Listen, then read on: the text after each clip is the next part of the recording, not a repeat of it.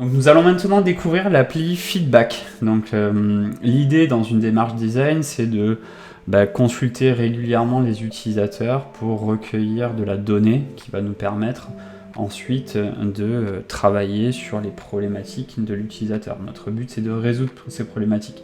Mais pour les comprendre, il faut qu'on arrive à recueillir du feedback et de la donnée qui provient de l'utilisateur. Donc en gros, il faut qu'on arrive à discuter avec lui. Donc on a créé une application qui permet de créer des questionnaires de façon assez simple. Donc c'est assez minimaliste, vous allez voir. Mais c'est très puissant puisqu'on est vraiment dans une application qui va droit au but, qui est vous allez pouvoir créer des questionnaires de façon très rapide. Donc là, voilà la structure de l'application. Donc là, vous avez différentes questions. En fait, vous avez la liste de vos questions que vous souhaitez poser à l'utilisateur. Et vous avez la possibilité d'ajouter plusieurs typologies de questions. Vous pouvez poser une question libre où l'utilisateur va pouvoir répondre ce qu'il veut à la question. Des questions à choix multiples. Vous pouvez aussi faire passer un message entre deux questions ou à l'entrée du questionnaire. Et vous pouvez aussi demander une réaction sous la forme d'emoji. Voilà, pour recueillir un sentiment global, on va dire. Donc là, c'est par exemple un questionnaire que j'ai construit toujours dans le domaine de la banque. Donc sur ce questionnaire, j'ai fait une question d'entrée, donc c'est un message en fait de bienvenue que je peux configurer avec des couleurs différentes si je veux. Ensuite, j'ai demandé le sentiment global sur une application mobile, par exemple. Voilà, donc ça c'est l'exemple d'une question où on demande le sentiment.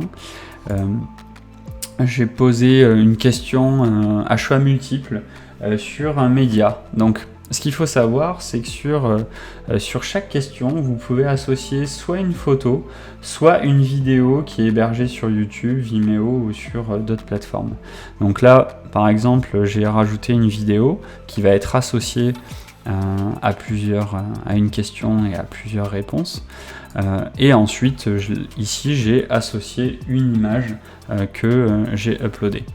Ensuite, vous pouvez visualiser un aperçu de votre questionnaire. Donc, avant de visualiser l'aperçu de ce qu'on vient de créer, on peut aussi configurer à son image le questionnaire. Donc là, on vient simplement uploader son logo et choisir une couleur de fond. Donc c'est assez simple, assez minimaliste, encore une fois, mais efficace.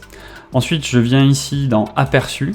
Donc là, ça me permet de visualiser ce que va voir nos utilisateurs, c'est-à-dire les personnes auxquelles vous allez envoyer le questionnaire.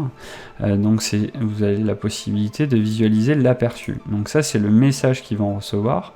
Ensuite, ils vont pouvoir naviguer dans les questions et répondre très simplement aux différentes questions.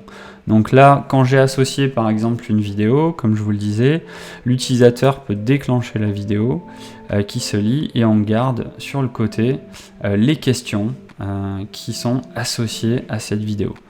Donc c'est assez intéressant pour présenter des concepts. On peut présenter même une pub, demander un avis, ça peut être un concept de service, c'est-à-dire on peut montrer une expérience utilisateur.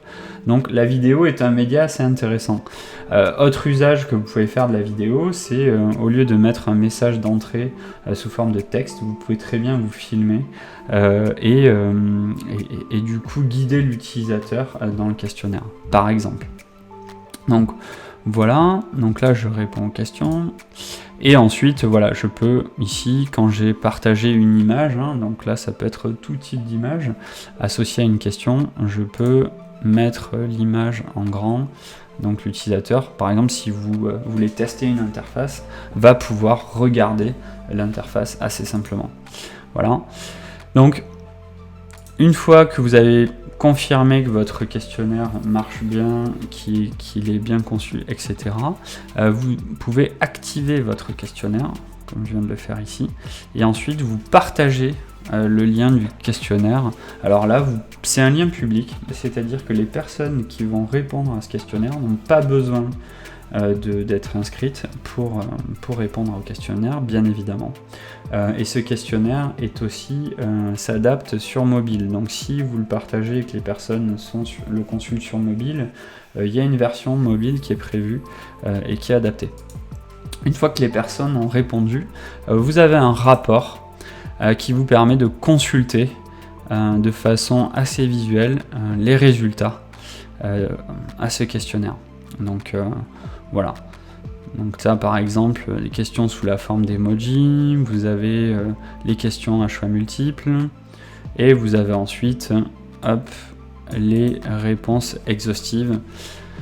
Et à chaque fois que vous avez une nouvelle personne, vous avez le nombre de testeurs qui se rajoute, et vous pouvez aussi décider de télécharger vos données sous format Excel pour peut-être les retraiter différemment. Et on a très prochainement l'export en PowerPoint des données qui arrive. Donc voilà sur la partie feedback. Donc encore une fois, vous pouvez l'utiliser en interne dans votre entreprise pour recueillir de l'avis sur un projet. Vous pouvez l'utiliser en externe. À vous encore une fois d'imaginer les usages qui vous correspondent.